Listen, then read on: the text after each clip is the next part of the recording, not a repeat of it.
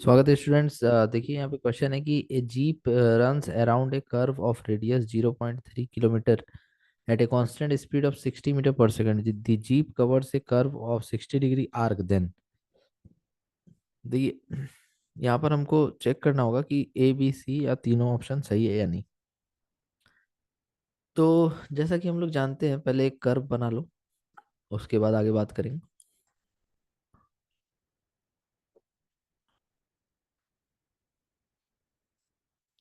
Suppose करो ये 60 degree का कर्व है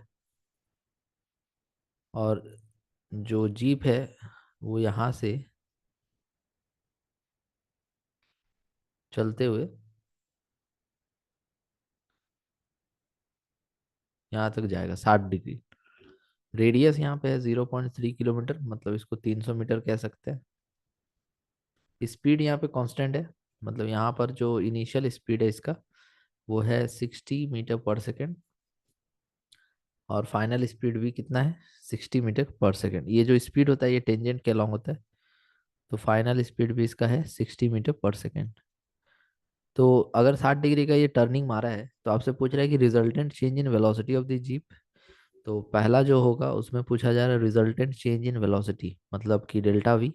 तो डेल्टा वी का मतलब है वी माइनस यू, लेकिन ये वेक्टर होता है, डायरेक्शन भी देखा जाता है। तो ये वेक्टर के टर्म्स में अगर माइनस करेंगे तो जीरो नहीं होगा, ठीक है, क्योंकि डायरेक्शन भी अलग अलग है यहाँ पे। तो अगर हम यहाँ पर इस क्वेश्चन को बनाना चाहते हैं तो हमको ये करना होगा कि रिजल्टेंट का फॉर्मूला लगाना पड़ेगा। जैसे दो वेक्टर को अगर सब्ट्रैक्ट करना है तो उनका रिजल्टेंट का फॉर्मूला होता है √a² plus b² minus 2ab cos theta, where theta is the angle between vector A and B. तो यहाँ पर वेक्टर ए 60 है, वेक्टर बी वो भी 60 है। थीटा यहाँ पर देखना पड़ेगा कि दोनों के बीच का एंगल क्या है। तो हमको उसके लिए क्या करना होगा कि जो भी लाइन है यहाँ पर उसको एक्सटेंड करना होगा इस तरह से, और इसको इस तरह से पीछे एक्सटेंड करना होगा। तो हम यहाँ देखेंगे कि दोनों जिस डिग्री पे मिलेगा वो 60 होगा। कैसे 60 होगा? तो चूंकि हम देख पा रहे हैं कि ये 60 डिग्री है, ये एंगल कितना है, 60 है, ठीक है। तो अगर ये डिग्री 60 है तो ये कितना होगा, ये आपका दोनों एंगल मिला के 180 होना चाहिए, तो ये 120 होगा। तो अगर ये 120 है तो ये भी 120 होगा। अब ये दोनों 120 है तो ये 60 ही तो होगा। तो इस हिसाब से जो डायरेक्शन है किसका, यू का डायरेक्शन इस तरफ है और वी का डायरेक्शन इस तरफ है ना। तो यू और वी के बीच का एंगल 60 डिग्री है। तो हम लोग यहाँ रिजल्टेंट वाला फॉर्मूला से चेंज इन वेलोसिटी निकाल लेंगे।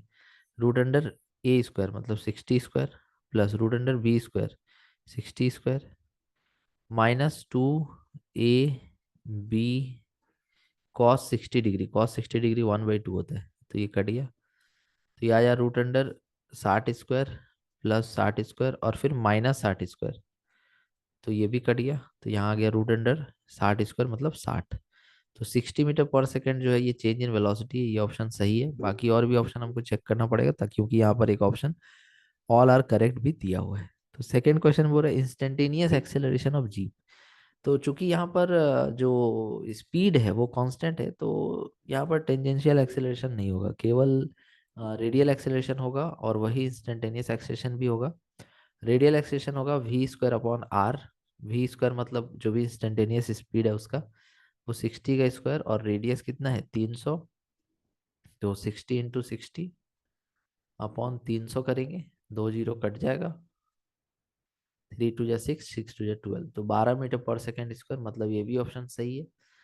तो इस हिसाब से ऑल आर करेक्ट होगा, बट सी नंबर अगर निकालना है तो वो भी हम लोग देख लेते हैं कैसे निकालेंगे।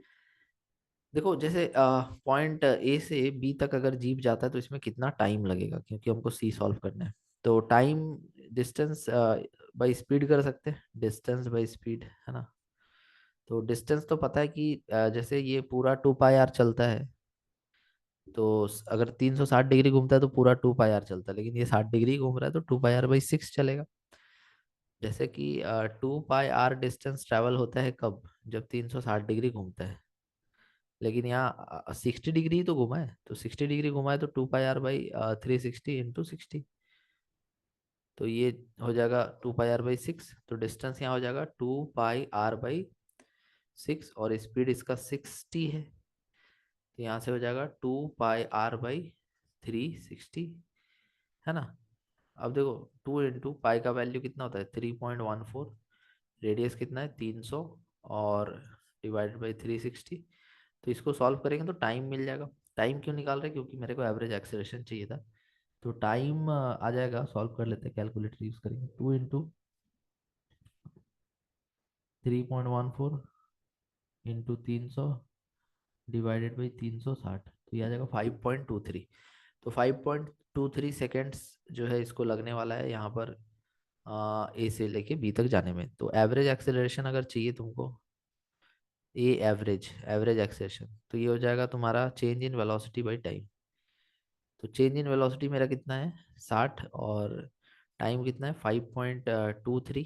तो 60 डिवाइडेड बाई 5.23, ये आ जाएगा 11.47, मतलब 11.5 के लगभग, 11.5 मीटर पर सेकेंड स्क्वायर। तो इस हिसाब से ऑप्शन सी भी सही हो जाएगा। तो ऑल आर करेक्ट। सो इस तरह से इस क्वेश्चन को सॉल्व करना था। Thank you so much for watching.